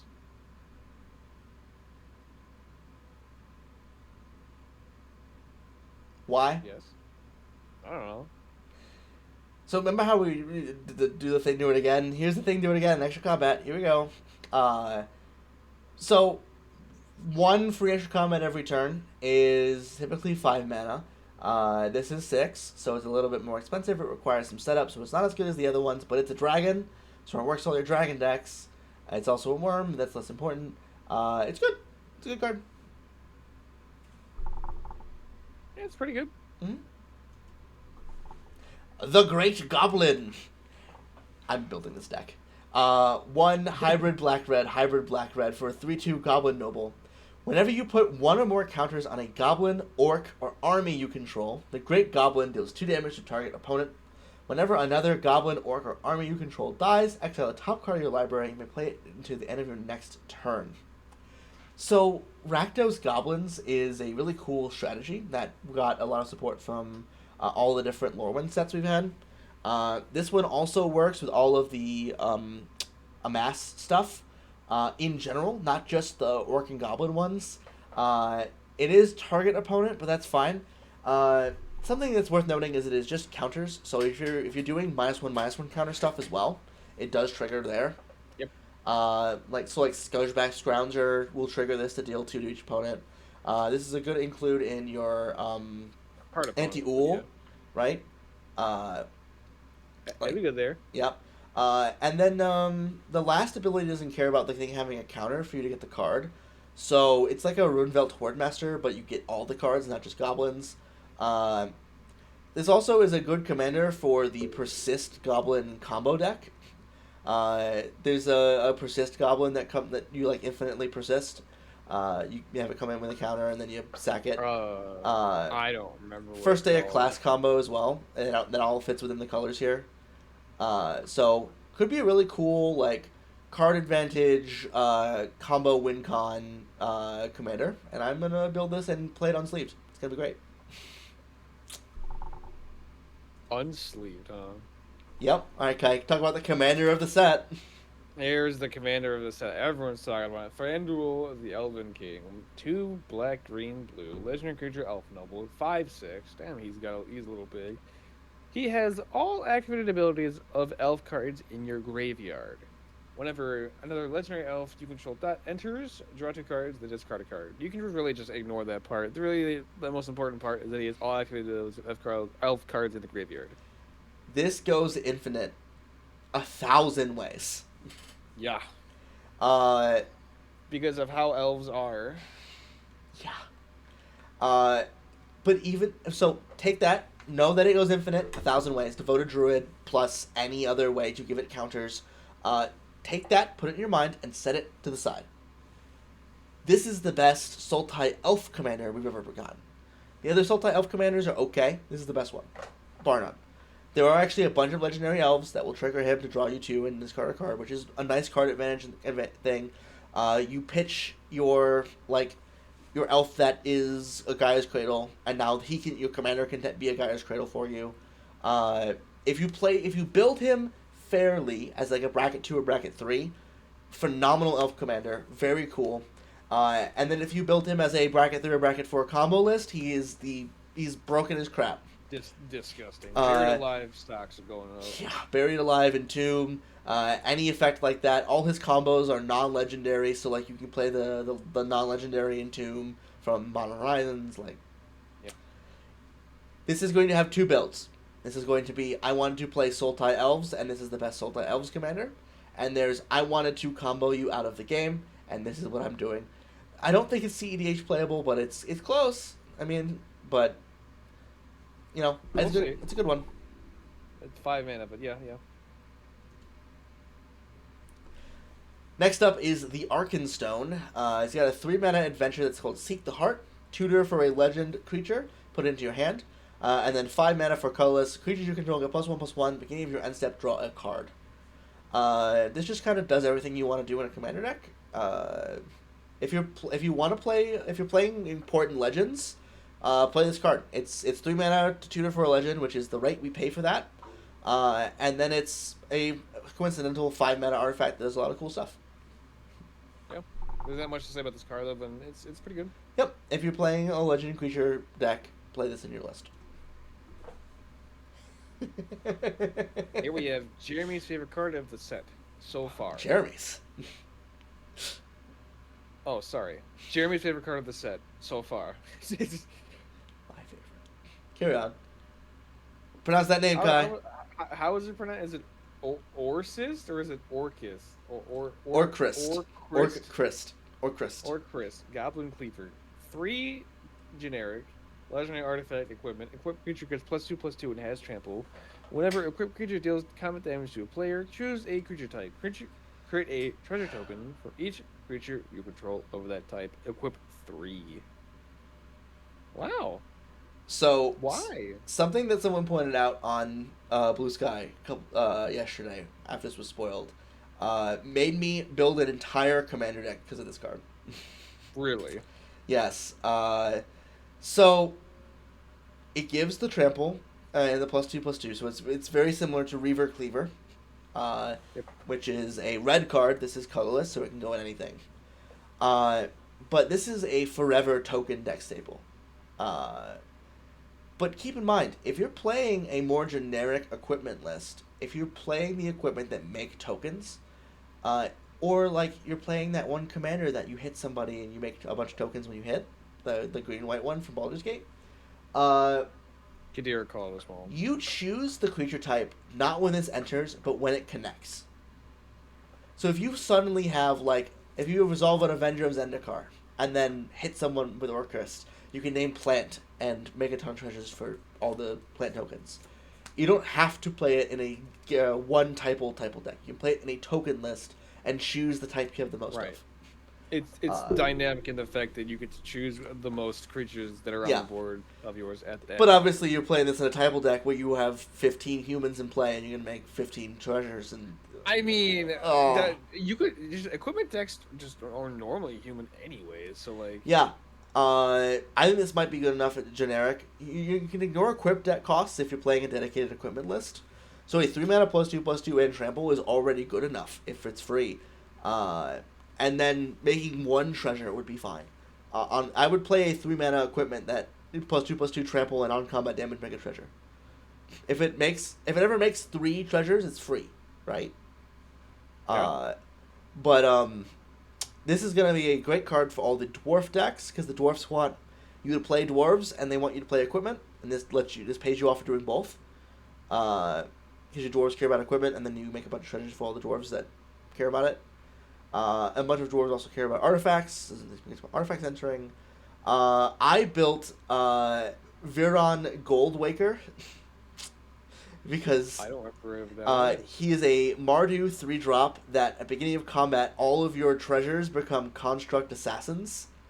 Vihan. Vihan, yes. And so you animate all your treasures and then you hit with Orcrist and then you make a bunch more treasures. Yeah, Double your treasures every turn. Assassins. Like outlaws. Yeah. So you name assassin and you double the amount of treasures, which is phenomenal. I was like, okay, I'm building a treasure deck again. This card made me do it. So, just a great card. So let's move on to the next. Okay, so Sting Bilbo's Sword. 2 colorless flash. When it enters, you put a hone counter on it. For each creature target opponent controls, attach Sting to up to 1 target creature you control. And technically it has an equip cost for 3. But it comes in and auto-equips for 2. So it's 2 mana free equip. Hey, it's a new type of counter. Yeah, so hone counters grant +1/+0 for each of them. It's like a counter, +1/+1 counter on an equipment instead of on the creature. But, good God. What's that Rhino's name from New Capenna Commander? Him. Yeah, he'll like that. Play him that deck. Yeah, no, you know where you play this? Every equipment deck in Commander is where you play this. At least someone at the table is going wide. Even if they have, like, only 4 creatures, a 2-mana equipment that gives +4/+0 at free equips at instant speed is phenomenal. It's not good enough for 1v1. But in Commander, it's broken. And it does not care about... If you're attacking player A and player B has 13 creatures, you can play this, choose player B, give 13 counters on this, and hit player A. Yep. It's so good. If this ever gives more than 5 power, it is one of the strongest power-only equipments ever. This is going to be a free equip Colossus Hammer in most Commander games. Oh, God, yeah. And it's flash speed, so you do it after blocks. Yeah. This card is really, really, really good in Commander equipment decks. That's where you play it. Nowhere else. We have the Lonely Mountain. It's a mountain. Whoa. It enters tapped unless you control an equipment. You can pay 400 red, tap it, make a 2/2 red dwarf creature token. It costs 1 less to activate for each equipment you control, and you can only activate as a sorcery. Why only as a sorcery? Because it'd be broken. It would be broken. It would be fine. It would be broken. Okay, sure, man. If Control could play this card, it'd be really good. Lands usually make 1/1s because land that taps to make a body is good. This makes 2/2s. In Commander, there are 1 mana 2/2s from your land. That's pretty good. You have to tap this land, so it's really 2 mana 2/2s. Dwarves need a quantity of bodies because there's not many dwarves that were printed before this. And this is a land that lets you make more dwarves, and it enters untapped if you have an equipment. You can get it off a fetch land, which is really important. That is very interesting. Now, my main gripe with this is that it's not legendary. So you could have 4 lonely mountains on the battlefield. Yeah, I mean, Valakut is not legendary. Okay. The precedent has been set that these kind of weird lands aren't going to be legendary for some reason. Like, Valakut isn't, Amiria is not legendary. It's just a very small gripe with the card. It's Yeah. just funny to me that It's a lonely stupid. mountain can have its 3 other buddies. This should be legendary. They made it not legendary because this is a standard set. That's why. That's all. They wanted to give this a better chance to see play in standard, but it's not going to because there's not going to be a good equipment deck. Mjolnir's a good card, but it's not seeing any play yet, so we'll see. And with that, that is where we're stopping for today as far as Hobbit spoilers. Yeah. They showed a ton of... there's like 2 scene boxes they showed all the cards of. There's some gas in those scene boxes. Oh, yeah. And we are still right in the middle of spoiler season, so there's going to be more. We will be back here next week covering the rest of the Hobbit spoilers.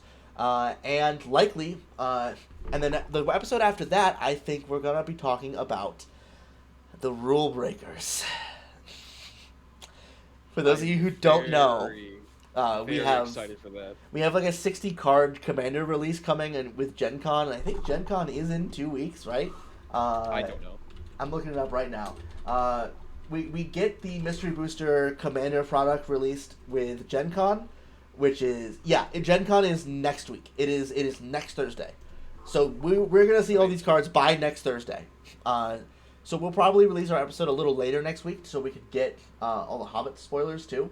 But I'm so excited to talk about these rule breakers because that I Tolabo am card, too. it's very complex. It's very ingrained commander player to figure this out. But man, I'm excited for what they're gonna do with these. Me too. But with that, folks, that is all for our episode today. Thank you for sticking around for the whole thing. If you did so, please hop in the comments. Let us know what you think about next year's release schedule, the Hobbit spoilers. Are you excited for the Hobbit set? I think I'm moderately excited. Next year is going to be amazing, though. And stay tuned to the channel. We are currently in the editing phase of our first gameplay show, Budget Brawls, where we took 16 $50 budget commander decks and pitted them against each other in a bracket to see who could come out on top. The winner of each of the 4 rounds is fed into a championship round, and the winner of the championship round is crowned the champion of the current bracket. So super excited. The games that we played 3 of the games already so far, and they were so fun. And we are going to be getting together shortly to play the other ones, but as soon as I get the edits done, we're going to start posting them. I'm going to try and have all of them finished before we post the first, so we can have a consistent release schedule on those. But very excited. This one's it's going to be good, and we already are planning the next bracket, so stay tuned. Big things are coming for the Bracket Builders channel. But please, if you see this video, like, subscribe, do all the things, hit all the buttons. If you're on mobile, hype the video. I keep forgetting to mention those ones. Well, yeah. Hype. Thank you so much for watching. See you guys next week.